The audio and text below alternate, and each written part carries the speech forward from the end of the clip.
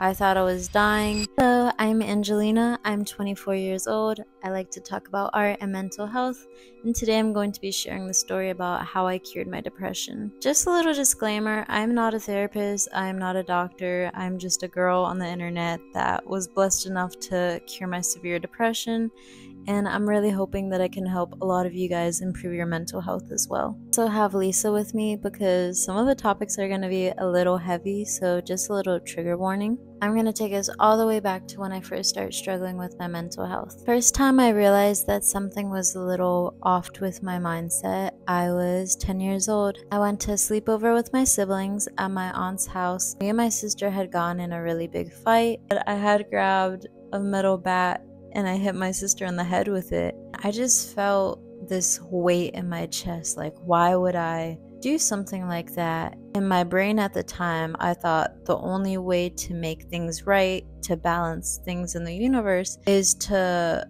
hurt myself since I hurt my sister. I don't know what gave me this idea, but I ended up trying to hang myself inside my aunt's closet. I don't know where that idea came from. I started hearing my sister and my aunt looking for me, and I was like, okay, no, like I shouldn't be doing this. I would look back to that moment just kind of questioning, why did I get that idea? I just knew something where things were gonna go a little downhill for some time. After that event, I was okay for a while until I got to middle school. I started feeling all these emotions that I hadn't felt before. I was a very laid back kid. I was outgoing. I loved to have attention. When I got to middle school, it felt like everyone was watching me, everyone was judging me, and it created this anxiety. When I was in 6th or 7th grade, I got in my first relationship. We were not healthy for each other. I remember I had gotten in this really big argument. I had gotten so upset that I started scratching my arms. Like I didn't know what to do. Scratched my arms until I started to bleed, and I felt this sense of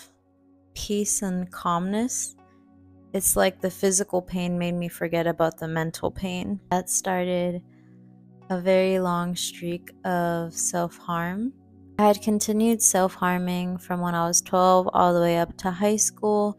And when I got to high school, things just got worse. I didn't really like high school to begin with, but my senior year, everything just exploded. Like everything, one thing after another. New year, everyone was talking about college, where they want to go, but the only thought I could have is if I wanted to stay on this earth. At this time, I was still struggling with self-harm. I was severely depressed. I was anxious all the time. I began having severe panic attacks. I had very negative friends at the time. I wasn't eating the best. I had also gone through a really bad breakup, which caused me to almost self-destruct. But my senior year wasn't the best. There was little blessings in disguise. Halfway through my senior year, I decided I didn't want to be here anymore, and I had made several suicide attempts, but this time I was like set in stone. I was gonna sit down and start writing letters to the people I loved,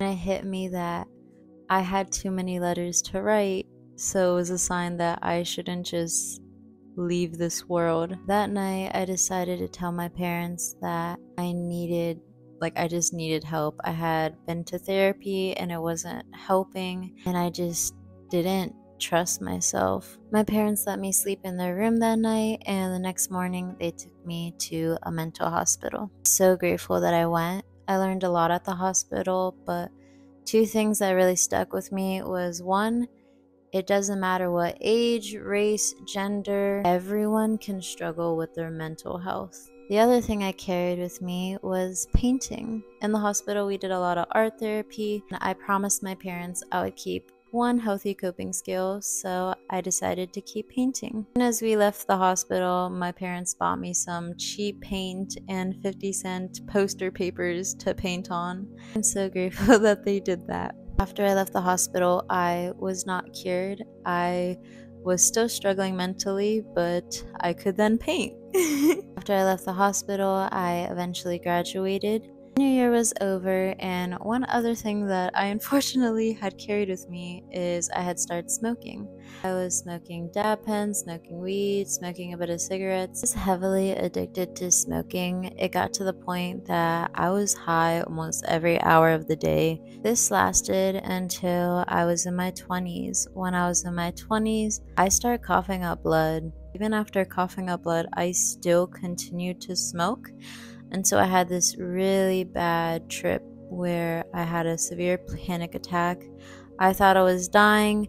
I couldn't breathe. I couldn't talk. I was coughing up like black mucus. I realized that I needed to get sober. At the time, my mindset had also changed. I was starting to feel more happy, and I just thought to myself, why would I slowly kill myself when I actually want to be alive now? A little after my 21st birthday, I finally built up the courage to actually get sober.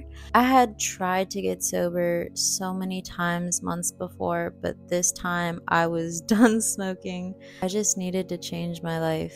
Little did I know that getting sober would help open a gate of new positive habits that I still have today. When I first stopped smoking, I had so much time on my hands. I just wrote out a list of things to do besides smoking.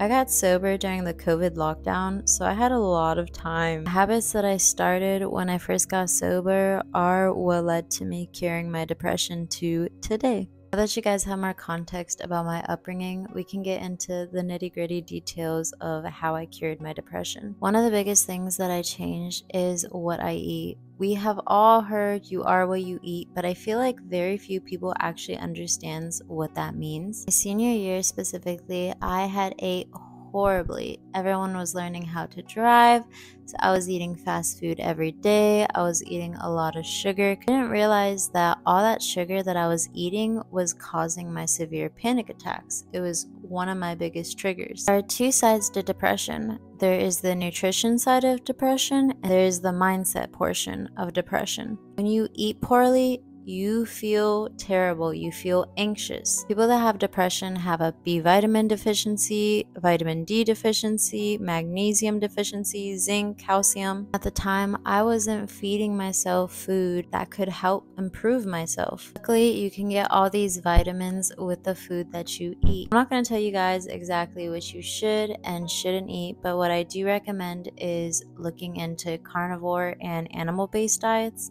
Currently, I am on an animal-based diet, and what that means is that I eat a lot of meat, raw dairy, fruit, and honey, and that is my main focus of fuel. The reason that I eat meat, specifically red meat, is because you can get all of those vitamins in just a piece of steak. There is no other diet where you can get all of these vitamins just in one food and the body absorbs it. I've been on an animal-based diet for like a year or two, and I just feel so much more happier. My hair is growing faster. My nails are stronger than before.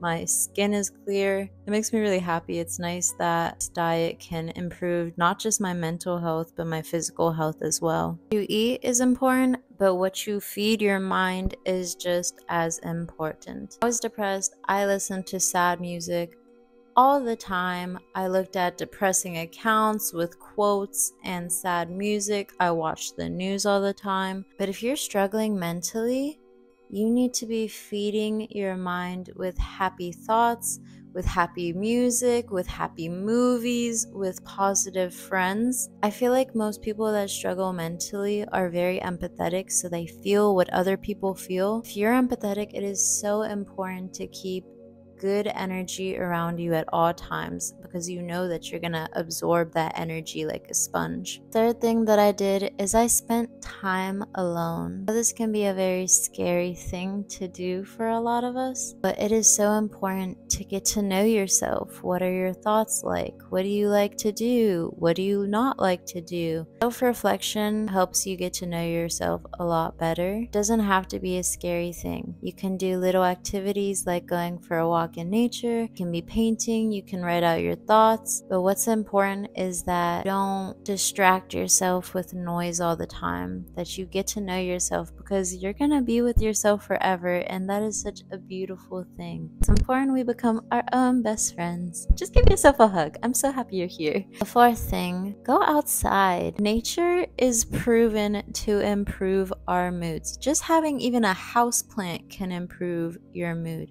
Walk on grass, hug a tree, pet a flower, hold a bee. Nature offers unconditional love.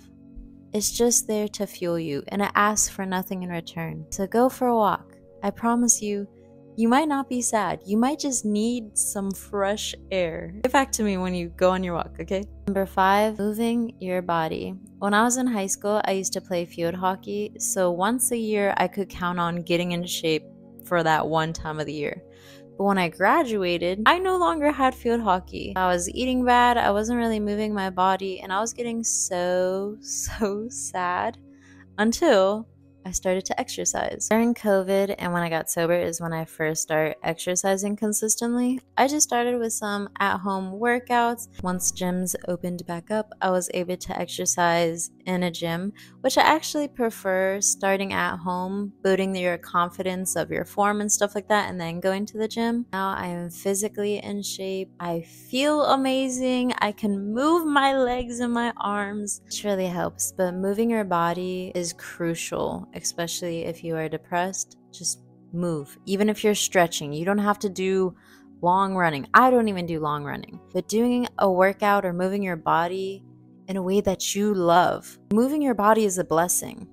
It is a blessing. Last tip to how I cured my depression, and the most important tip that I have to give you guys, is learning to be gentle with yourself. How we talk to ourselves affect everything in our life. It affects what we attract, affects how we feel towards ourselves, affects how others perceive us. So today I'm going to teach you guys the habit of talking more kindly towards yourself. When I was struggling mentally, I used to say very mean things to myself. I would tell myself that I need to stop talking, that I was a burden, that life would be better if I wasn't around. The best way to break out of this habit is to correct yourself. For example, let's say I made a mistake and I say something like, God, I'm so stupid, I just mess everything up. I would have to stop and correct myself by saying what I just said in a positive way. Instead of calling myself stupid, I would say, I am not stupid, I made a mistake, and that is okay,